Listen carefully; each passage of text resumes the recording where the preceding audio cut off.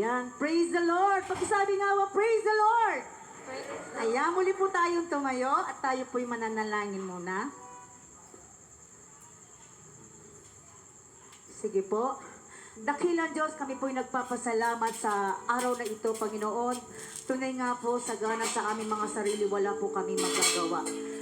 Panginoon, muli po inahanyayaan namin ang iyong banal na Espiritu. Kayo po, samahan mo po kami sa aming pag-aaral ng iyong mga salita. Lord, dalahin ko po na itago mo ko sa iyong likuran, Panginoon. Ayahan mo po, Panginoon, ang iyong boses ang marinig ng bawat isang naririto, Panginoon. Salamat po, Diyos. Patuloy mo po kaming gabayan at patuloy mo po kami, Panginoon, pagpalahin yung mga puso po namin sa pakikinig ng iyong mga salita. Salamat, Panginoon, sa iyo ko po pinagkakatiwala ang aming pong gagawin hanggang sa matapos po ito. Ito po ang aming samot panalangin. In Jesus' name we pray. Ayan. Una sa lahat po, nais ko muna pong bumati ng mapagpalang araw po sa ating lahat. Sa ating pong butihing pastor na si Pastor Ali Briones at sa kanya pong butihing asawa na si Ma'am Ruth. Sa ating pong mga kapatid na nakatutok po sa Dia Online at sa ating pong mga kapatid po na nasa ibang bansa. At higit po sa lahat, tayo po naririto. Now, ako po'y nagpapasalamat sa Diyos sapagkat ako po'y binigyan ng opportunity na makatayo po sa harapan. Dahil po hindi po ganong kadali ang tumayo sa harapan. Amen po ba? Hallelujah! So ito po yung unang Biyernes na abil na nasa tema po tayo ng Revival, a call to excellent service. Nais ko pong mangusap sa titulong Who You Are, the kind of servant you want to be. Ang ating pong konteksto ay hinango ko po sa aklat ng 1 Kabanata 13 at versikulo 17. Hindi ko na po ito babasahin sapagkat nakikita naman po sa screen, napakahaba po kasi nito. So upang hindi po tayo mag-consume ng ating oras. Amen po. Ang lahat ng ipinakita po ng ating Panginoon, wait lang po. Ang senaryo pong ito, yung kung saan po ang ating Panginoon ay hinugasan ng paa ng kanyang mga alagad. Ito po yung araw na bispiras ng Pasko. Dahil aalis na po ang ating Panginoon dito sa daigdig. Ipinakita ng Panginoon kung paano niya minahal ang kanyang alagad sa pamamagitan po ng paghuhugas ng mga paa. Ipinakita din po ng Panginoon kung paano po naging mapagpakumbaba ang ating Panginoon. Sa pamamagitan din po ng paghuhugas ng mga paa ng mga alagad po niya. At ipinakita din po yung halimbawa sa pamamagitan po ng paghuhugas ng mga paa. Lahat po ng ipinakita ng ating Panginoon, ito po'y tanda ng pagiging lingkod. Tayo po ay tinawag ng Diyos upang maglingkod sa Kanya at sa ating kapwa. Ang isang malalim na paglilingkod po ay isang buhay na dedikasyon o commitment doon po sa pinaglilingkuran po natin. Ano nga ba ang paglilingkod? Bakit nga ba tayo naglilingkod? Para saan tayo naglilingkod? Ang mga tanong pong ito ay hindi biro dahil ito po ay seryoso. Pakisabi nga po, seryoso. Pakisabi po sa katabi po natin, seryoso ito, hindi biro. Hello? Ang paglilingkod po ay mahalaga dahil tayo po nilikha sa mundo para maglingkod sa Kanya. Hindi lahat po ng tao ay kayang maglingkod. Tama po ba? Hindi lahat ng tao ay naglilingkod. Ano po? Bakit? Dahil sa makamundong gawa ng dyablo. Hello? Ang mga tao po ay nilibang ng dyablo upang makalimot sa maglingkod sa Diyos. Amen po ba? Kailangan nating maglingkod sa Diyos dahil ito po ang utos niya sa atin. At ito rin po ang paraan para mapapurihan po natin ang ating Panginoon. Tayo nag-i-exist dito sa mundo, hindi lamang po kumain, magtrabaho, at matulog. Tayo po'y nag-i-exist dito sa mundo ay para maglingkod sa ating Diyos at sa ating kapwa. Mayroon po tayong 3 puntos na makikita po natin yung mga katangian taglayin sa isang paglilingkod. Number 1, mahabagin at mapagmahal. In John 21:15-17 po, pagkakain nila, so naka-plus din po siya. Okay.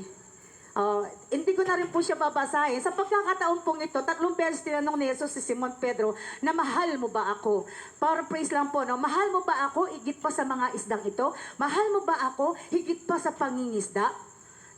Pero dito po, 3 times pa ulit-ulit tinanong ng ating Panginoon si Pedro po na the same question po. Tayo po kaya? Ano po kaya pakiramdam po natin kapag tayo kinukulit? Siguro minsan naiinis tayo. Hello? Minsan siguro sa lubong yung ating mga kilay, nanlalaki yung ating mga mata. Amen po ba? Yung iba naman po sasabihin paulit-ulit, paulit-ulit, ne? Ay, aranasan niyo na po itang makanita, ne? Aranasan ta po ba? Yung iba naman po, minsan hindi na nahihimik dahil naiinis na. Hello? May mga tatlong Greek word po tayong salita ng love. Agape love, philia love, and eros love. Ang agape love po, ito yung unconditional love. No, yung philia love naman po, ito yung love, brotherly love. At ang eros love po, ito yung pagmamahal na tumutukoy sa isang asawa ng kanyang asawa. Amen po ba? No, sa mga talata pong itong binasa po natin, yung agape love, dalawang tanong ng ating Panginoon kay Pedro. At philia love ang sinagot ni Pedro. Amen. Ngunit sa ikatlong tanong po, philia love ang tanong ng ating Panginoong Jesus at dito nalungkot si Pedro. No, ang kanyang sagot ay philia love pa rin. Amen. No, dalawang beses tinanong ng ating Panginoon si Pedro kung mahal pa niya ang ating Panginoon unconditional. No, ngunit sa sagot niyang katulad ng pagmamahal ng isang kapatid, na po, maraming Kristiyano na kagaya ni Pedro, makikita mong matapang, nag-aapoy sa gawain, nag-aapoy sa pagpupuri at pagsamba, ngunit hindi 100% po ang pagmamahal sa ating Panginoon. Now, why? Dahil umaayaw kapag nakakaranas na mabigat na pagsubok. Sumusuko kapag mabigat na po yung nabibigatan na sa ministry, no? Kung tayo man po ito, sana sikapin po natin tumaas at lumalim ang pagmamahal natin sa Panginoon. Hindi po nanatili si Pedro sa philia love niya, no? Nang maunawaan niya na lubos, yung layunin ng kanyang ministry, yung kamatayan ni Kristo po, no? At itinama niya ang kanyang pananampalataya at hindi siya sumuko sa laban ng buhay. Hello? Hindi siya umayaw sa bigat ng responsibilidad at naging matapang siya. Amen po ba? Ang tanong, kumusta po ang love natin sa Panginoon? Sabi nga po ni Pastor, if hindi ka i-bless ng Panginoon, maglilingkod pa ba kaya tayo? Kung hindi kaya tayo pagpapalain ng Panginoon, maglilingkod pa rin kaya tayo? Hello? Nawa, ilingin po natin sa ating Panginoon na punuhin niya ng pag-ibig ang ating mga puso para sa ganon makapaglingkod po tayo na may pagmamahal sa ating Diyos at sa ating kapwa. Hallelujah. Palakpakan po natin ang ating Panginoon. Pangalawang katangian na dapat taglayin ng isang mabuting lingkod, pagiging mapagpakumbaba. Kaya siya tumayo mula sa hapag, nag-alis siya ng panlabas na balabal ng bigkis ng tuwalyang sa biwang. Pagkatapos nalagay siya ng tubig sa palanggana at sinimulang ugasan ng mga paa ng mga alagad at punasan ng tuwalyang nakabigkis sa kanyang bewang. Ano po ba yung humility? O pagpapakumbaba? Mula sa Latin word po, humilis. Ibig sabihin mababa. Ne po? Isang kahulugan po ng humility ay hindi pagiging mayabang. Bukod dito, marunong siyang tumanggap ng pagkakamali. Marunong siyang tumanggap ng mga kainahan po niya. Ito po isang taong mataas ang tingin, hindi mataas ang tingin at hindi naniniwala na mausay siya kaysa sa iba. Hello, church! No, nagbibigay siya ng mausay na ganap, ngunit hindi siya pinagyayabang, hindi po pagmayabang. Ne? Sa kabila ng mga nagawa po niya, kaayusan din niya ito pinagmamalaki. Hello? Sa Filipos chapter 2 verse 5 and 7, naway magkaroon kayo ng kaisipan tulad kay Kristo Jesus, kahit taglay niya ang kalikasan ng Diyos, hindi siya pinagpilitang manatiling kapantay ang Diyos. Sa halip, kusa niyang binitawan yung pagiging kapantay ng Diyos, mamuhay sa alipin ng isang alipin po. Hello? Ang Panginoong Yesus po ay nag-iwan at nagpakita ng halimbawang paglilingkod, tanda ng ating pagpapakumbaba. Katulad po ng paghuhugas ng mga paa ng kanyang mga alagad.